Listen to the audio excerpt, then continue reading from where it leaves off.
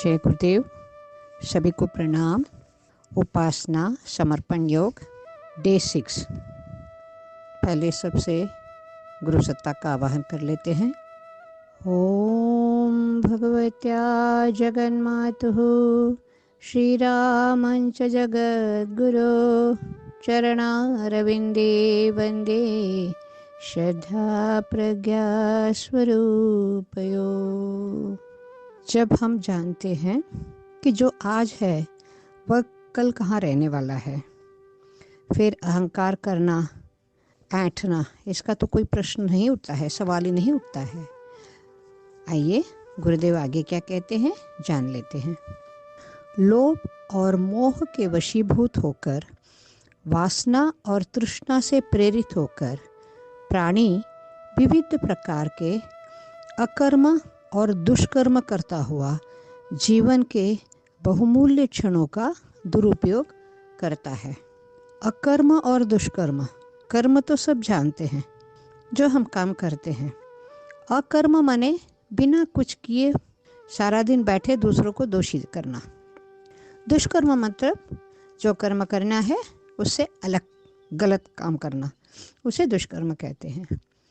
यही अज्ञान है, यही माया है, यही अविद्या है। एक और आत्मा की सत चित और आनंद की मूल प्रकृति उसे उच्च भूमिका की ओर अग्रसर होने की प्रेरणा देती है। दूसरी ओर जड़ता एवं माया का प्रकोप जीव के ऊपर होता रहता है। एक दिशा में दैवी प्रकृति खींचती है तो दूसरी ओर आसुरी प्रकृति जोर लगाती है। फलस्वरूप धर्म क्षेत्र, कुरुक्षेत्र और अंतःकरण में अशांति और असंतोष का महाभारत मचा रहता है। जड़ता हमें बंधन में बांधती है और चेतना मुक्ति का संदेश प्रदान करती है।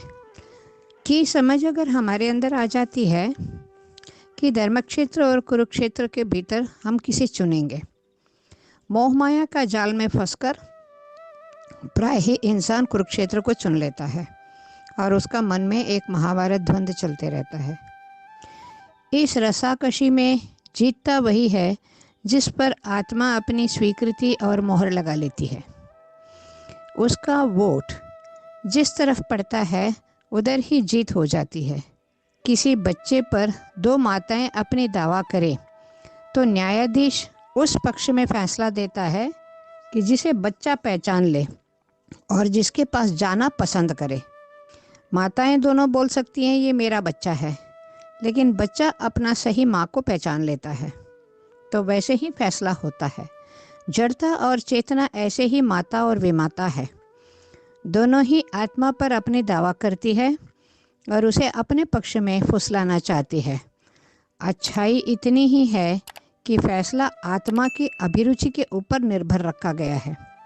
पतन और उत्थान दोनों ही मार्ग उसके लिए खुले हैं। वह जिसे चाहे उसे पसंद कर सकती है। जीव पर दैवी आसुरी दोनों ही चेतनाओं का प्रभाव है। वह जिस और उन्मुख होगा वैसे ही उसका स्वरूप बनता जाएगा। जड़ता एवं माया में लिप्त होते चलने पर वह अधोगति का अधिकारी होता है और पाप, पतन, नरक की दुर्गति में निमग्न होता जाता है। पर यदि वह अपने मूल प्रकृति सतचित आनंद का निर्वाह करता चले तो बंधन से मुक्ति निश्चित है। फिर उसे पूर्णता का लक्ष्य प्राप्त करने में कोई कठिनाई नहीं होती।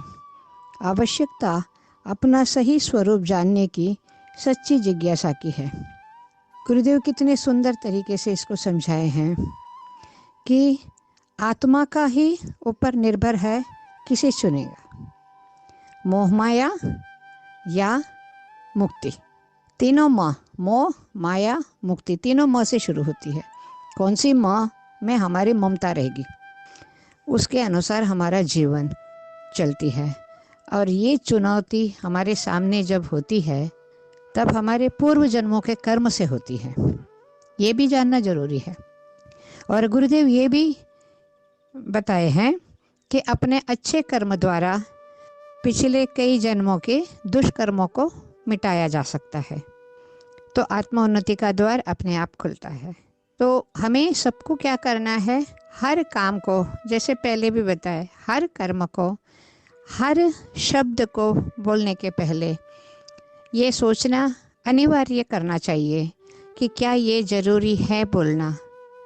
ये बोलने से सामने वाले सुधरेंगे क्या, किसी को हम बताते हैं, इससे हमारी सुधार है क्या, क्या हम उत्कृष्ट होंगे, क्या हमारे समाज के लिए श्रेष्ठ काम कुछ बनेगा।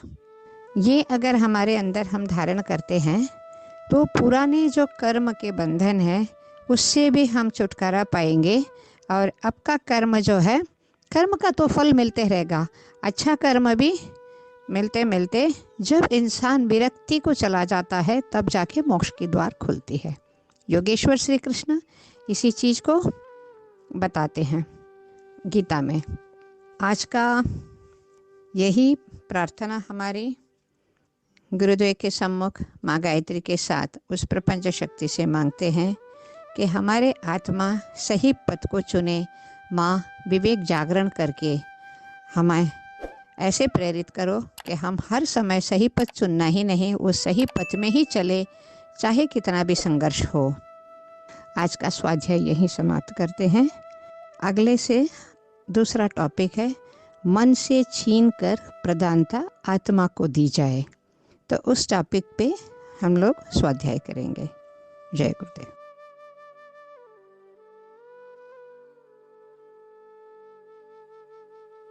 हमारे YouTube चैनल को सब्सक्राइब करें और बेल आइकन को दबाकर ऑल पर क्लिक करें ताकि नोटिफिकेशंस आपको मिलती रहें।